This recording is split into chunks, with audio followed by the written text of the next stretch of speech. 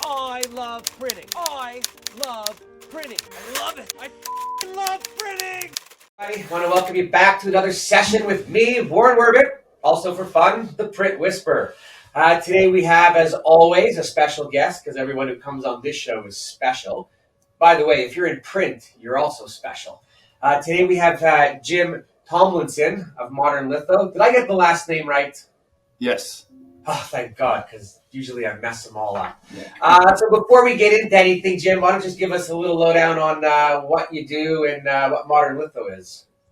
Modern Litho is really a commercial printer with digital wide format, all of the gamut of print, minus flexo, but UV, conventional.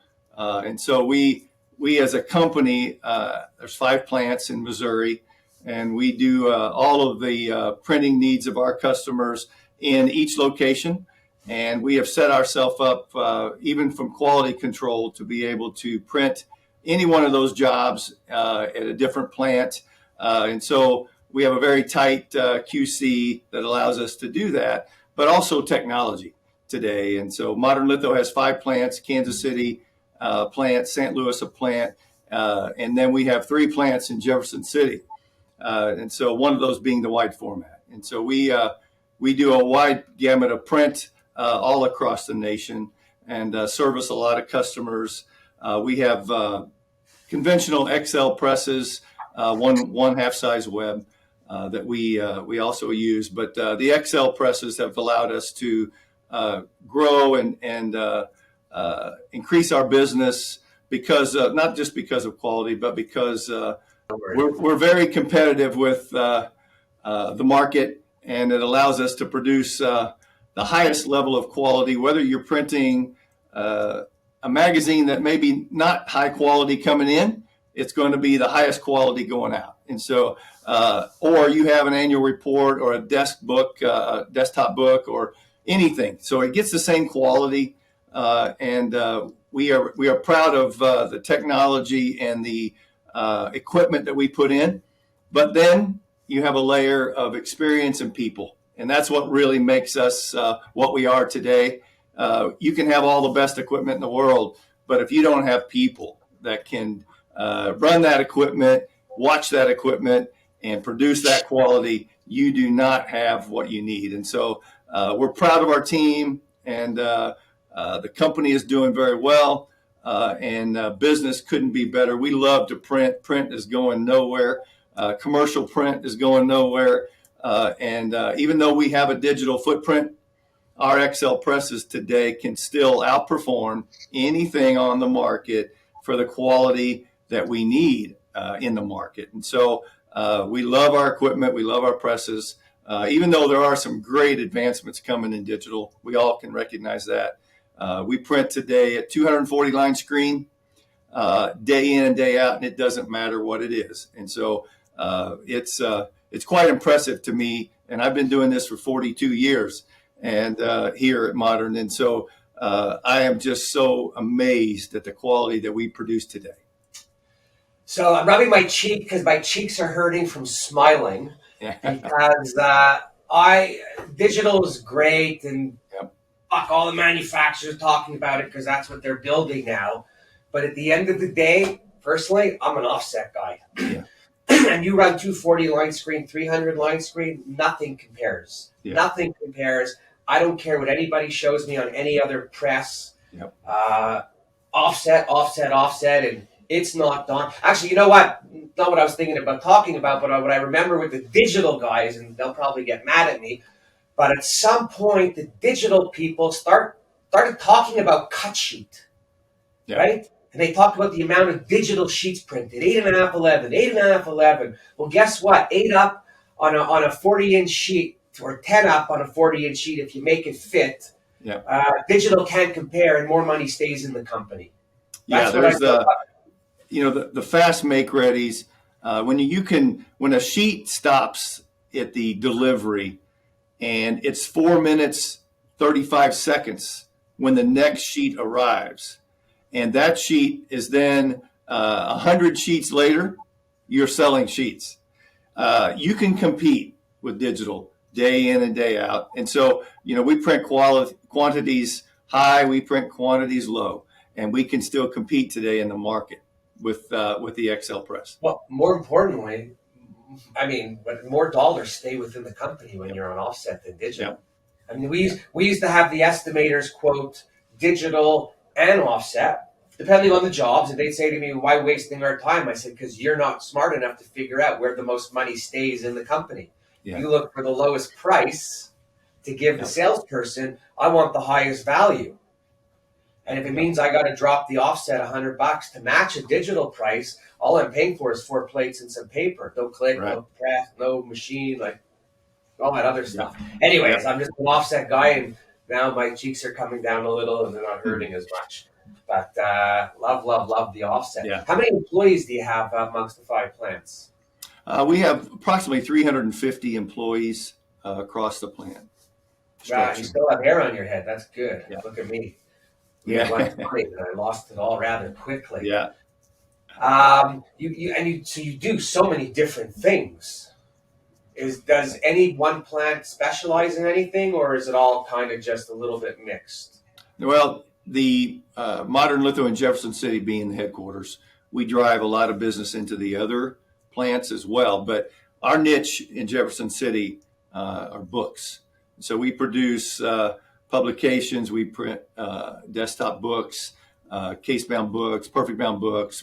We'll do anything books. We love books. And so our niche in Jefferson City, because our equipment is all geared for that, is just the publication book world. And in our Kansas City plant, where we have the new XL106 UV press, there we are focusing on commercial, we're focusing on packaging, we're printing cards, we're printing a lot of different things there. But we also utilize that press for overflow for us. And so we make sure that press is ready to print any one of our jobs, and our customer would not know that. And even though it's UV, we have that press dialed in to where it's close and it's not a problem. And so we use that. Now in our Brown facility in Jefferson City, which is our digital, running an Express and running some Ricos and doing a lot of inserting, doing a lot of digital there, a lot of storefront work for fulfillment. And that business is very busy with that, and also the wide format is done through Brown Printing. And so that's our plants there, north and central, and then in the southern part of the state, or east, I should say, is our St. Louis plant. They're half size, and so they do a lot of 5 over or 4 over, and it's they also perfect those presses perfect. But we do a lot of work now in the I want to say sorry, Warren, we'll do it again. We do a lot of work today for absentee ballots and a lot of that type of work. We have some very high skilled people that handle that, and it's a very tight security. And so that happens in our St. Louis facility. Cool. Yeah. Fun. Election stuff. Let's just not go to that topic. Yeah. But it's amazing, sorry. though. It's amazing that we have a guy that's actually developed software. Now this is kind of off talk here, but he's developed software that tracks this stuff, and so it's amazing now when it leaves our plant, he's tracking. So they have to scan it in their truck. They have to scan it when it hits the dock. They have to scan it when it goes out. They have to scan it when it hits the home, and then the same thing coming back. And so it's pretty impressive, the level of security. And so I've had conversations with him about this, about is this like a hoax? People talk about this. He said, not mine. He said, I will track everything that post office is doing, and he even tracks it going across the country. I mean, it's if he needs to send it, it's amazing. Wow. You know what? I guess we've learned you just got to have everything. Everything has to be tracked today, it seems. Yeah, it does. It does. Right? it's just shy of using NFC tags or something. Yeah, right. Right. But everything that goes somewhere, every package that goes somewhere, Yeah. nothing leaves without knowing. It's kind of crazy. Really What's is. the average age in your plants? Probably, I would guesstimate the average age is somewhere around 40, 50, the range. We take, we take a pride in a lot of people that have been here. We just celebrated one of our employees that has led our press room for 45 years. And so that is the longest standing employee we have. And then we have, I guess, myself at 42.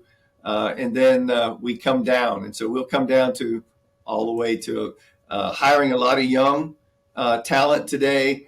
And for us, that's been a challenge as it has been for many. But we're starting to make that turn, and we're getting good, solid applicants again, and feeling good about hiring our new generation, trying to train up our next generation to carry on the business. And the company, we just switched. Our president now is not Daryl Moore, it's Jeff Davidson. Jeff is the next generation. And I'm also training and helping get our next generation of people to lead, even in my position. And I still have a few years, but you can't start too soon. And so we see the value in that, and we are hitting that one hard. Yeah, no, today, absolutely. And I think even like everyone says they kind of have problems with young people. And I kind of chuckle a little because a lot of the people that have some problems aren't doing anything within their organizations to really onboard them or bring them in and make them feel like it's what they talked about in the interviews. Yeah. Right? Yep. Particularly, I mean, our industry's pretty old. I had one client kind of say to me, we're having a hard time keeping young people. Yep. And I said to him, I don't want to be mean or disrespectful, but stop talking to them. I said, because, you're asking them, you're having conversations, but then you're not doing anything with the conversations after. Right. I said, so if you put somebody in touch with them that's a little more in tune with them, and I said, listen, by the way, I'm learning from my kids. My kids are 23 and 27, and, they're pretty good, but they're still kids. Yep. Right. And I think every generation things change a little. And, some actually, when I was talking, just off topic, but I was talking to my kids, and, they're talking about one of them was talking about work and 4-day work week. And I'm like, I'm all for it. And then we were talking with someone else who's like, well, I don't know, work's supposed to be 5 days and I paid my dues. And I said, what does I paid my dues mean? Yeah. I said, you can't use that on anyone. Like maybe my grandfather was able to use it on me, but those days are over. And I said, whoever said the 5-day work week was the right thing to do? Right.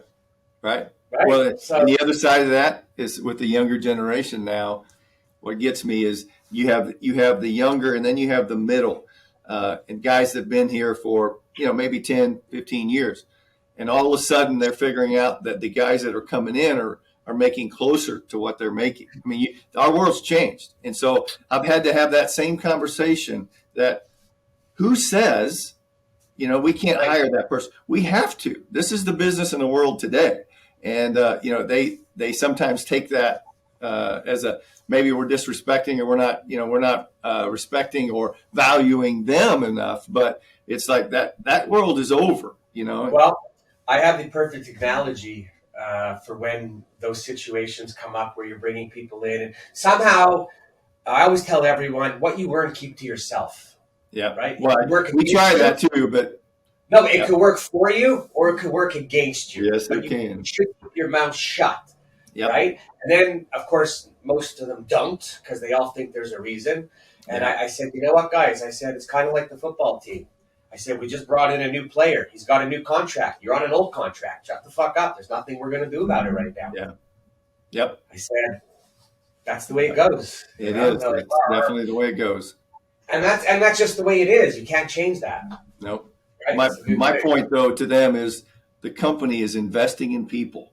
And just because he hasn't been here 15 years, guess what? He has 15 years of experience. Exactly. So that knowledge, that maturity, we need that in our company. So just because he now makes close to what you make doesn't mean that we're going to be able to bump everybody in the company up just because of that, right? That's what they think. And they, by the way, buddy, or whoever, we didn't penalize you when you made that mistake. Yeah, right. They don't talk about, and not that you want to blame, but everything's a give and take that has to be looked at.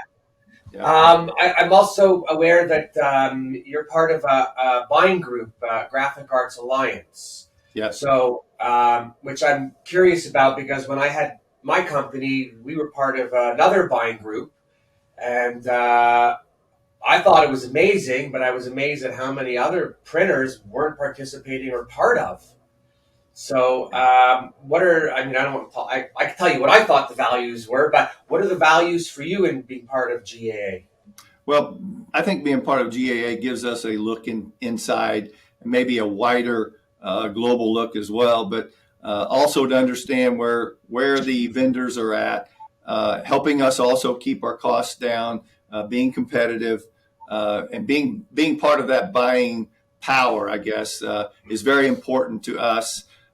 And understanding, rebates and things like that are also key. But it really just gives us, I think, the real value is being able to talk to other people, understand where other companies are at, come together with those companies and with GAA, and really just have a better leverage of the buy. Yeah, no, exactly. So I absolutely loved the rebates when they worked. I never changed a supplier just for the dollars, because if I was happy with a supplier, I didn't go to the buying group vendor. But if I wasn't happy, then anything that would make the change or was better for the business, I went. And it was great because we used to get rebates. Sometimes they were decent, sometimes not. But the first, for me, like it was almost like the first few dollars that you got went into the employee social club. Yeah. Because it's a great way to fund the employees' events. Right. Without it costing anybody any money. And if the employees participate, then you get to make the event even better. That's right. That's right. And then the other thing I used to do with the buying group was I used to put it on all of our marketing and all of our websites to say we were part of this group, and collectively we had $4.5 billion worth of print revenue, so that it would give off a little bit of the impression to people that we're not just here, and we have the ears of the vendors and the manufacturers if we need them, kind of like World Color or any of those big big companies out there that we compete with that have 30, 40, 50 plants everywhere. Yeah. But for me, the best thing out of all of it was, just because I like to talk to printers, was it was as if the few hundred members were like a brotherhood. So if I was looking to learn something, or I was looking for information, or if I had a customer who needed something in another part of North America, I'd immediately just call up kind of headquarters and say, can you recommend one or two of our members in that area? And when I would call them, there was just there was a bit of an understanding, mutual respect. So I had that little bit of a less of a fear when going to deal with someone unknown. Yeah. Right? Yeah. No, that's a good point. That's a good point. A lot of people talk a mean game when you're talking, but when push comes to shove, right? Well, it's also a good way, I think, to be able to talk to those other printers, not necessarily your competitors, but maybe so. It doesn't really matter. The value in the communication and the knowledge of what's going on in the industry. Just recently I presented to the GAA and talked about our Kodak Business Solution as it is today, and where we're going, and the advancements we've made, because we're the same way as you were, Warren. We don't change our vendors easily.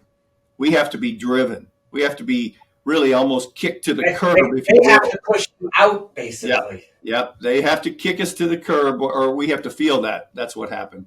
And so that happened to us just a couple of years ago, and we made a big change. And it's been a great move for us. And but we feel the same way.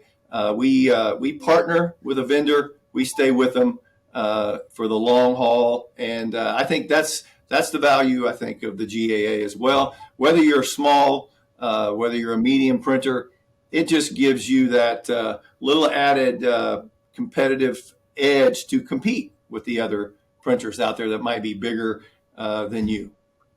Yeah, it's funny you mentioned competition. So I was always of the mindset that because we had such a unique shop, I would always want to show my shop to everybody.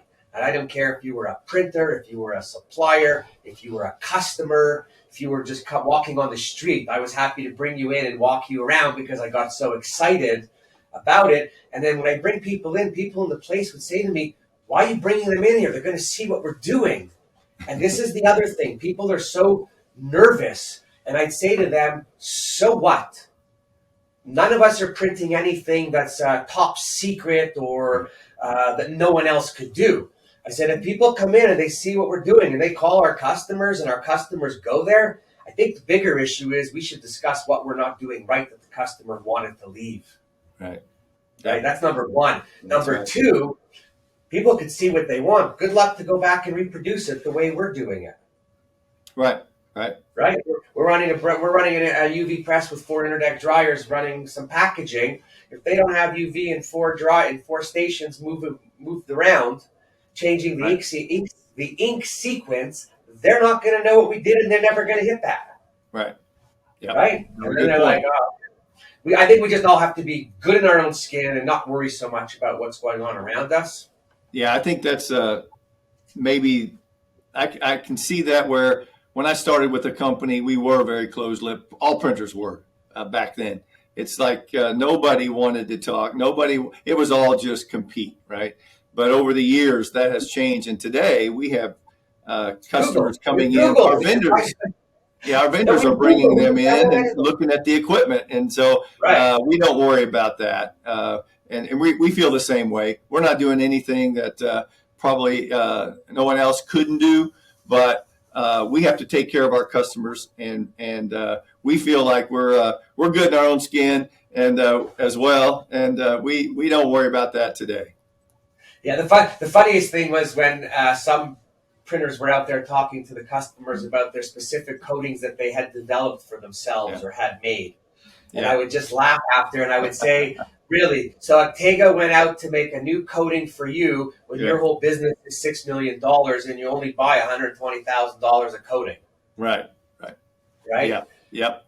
That puts it in perspective, doesn't it?